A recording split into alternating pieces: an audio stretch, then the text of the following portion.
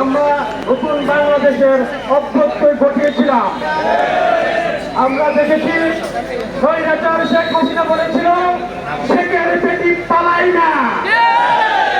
আমরা দেখেছি 18 কোটি বাংলাদেশি দেখেছে, সমগ্র বিশ্ব থেকে সমগ্র মানুষ দেখেছে শেখ হাসিনা পালিয়ে গিয়েছে।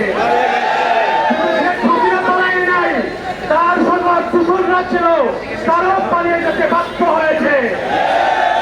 আমরা এই দ্বিতীয় স্বাধীনতার এই বর্ষপূর্তিতে বলতে চাই, বাংলাদেশের জমিনে সপ্তাহের বিচার হতে হবে।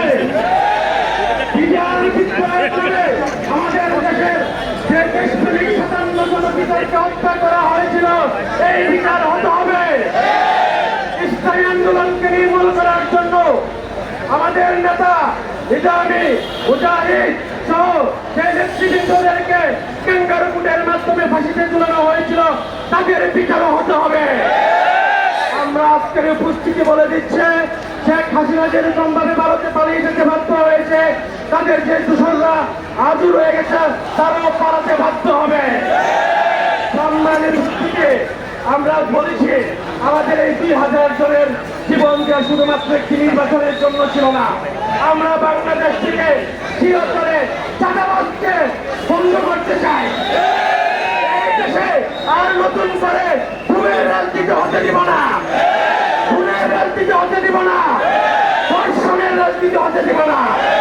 সারা বাংলাদেশে আজকে দিকে দিকে আওয়াজ উঠেছে আদর্শ রাষ্ট্র গঠন করার জন্য, কল্যাণকর রাষ্ট্র গঠন করার জন্য জামাত ইসলামের কোন বিকল্প নেই। পাল্লার কোন বিকল্প আছে কি? তাই আজকে আমাদের ঐক্যবদ্ধ থাকতে হবে। ষড়যন্ত্র যত গভীর হোক না কেন, এই দাড়ি পাল্লার বিজয় নিশ্চিত না করা পর্যন্ত আমরা করে ফিরব না।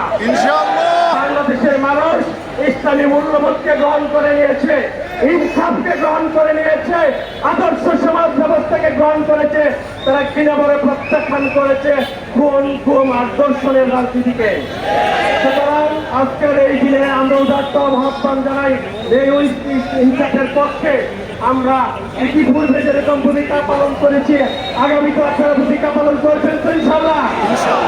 আমাদেরকে বিজয় দান করুন, শহীদদেরকে কবুল করুন, সে প্রার্থনা রেখে শেষ করছি আমার তৌফিক বিল্লাহ।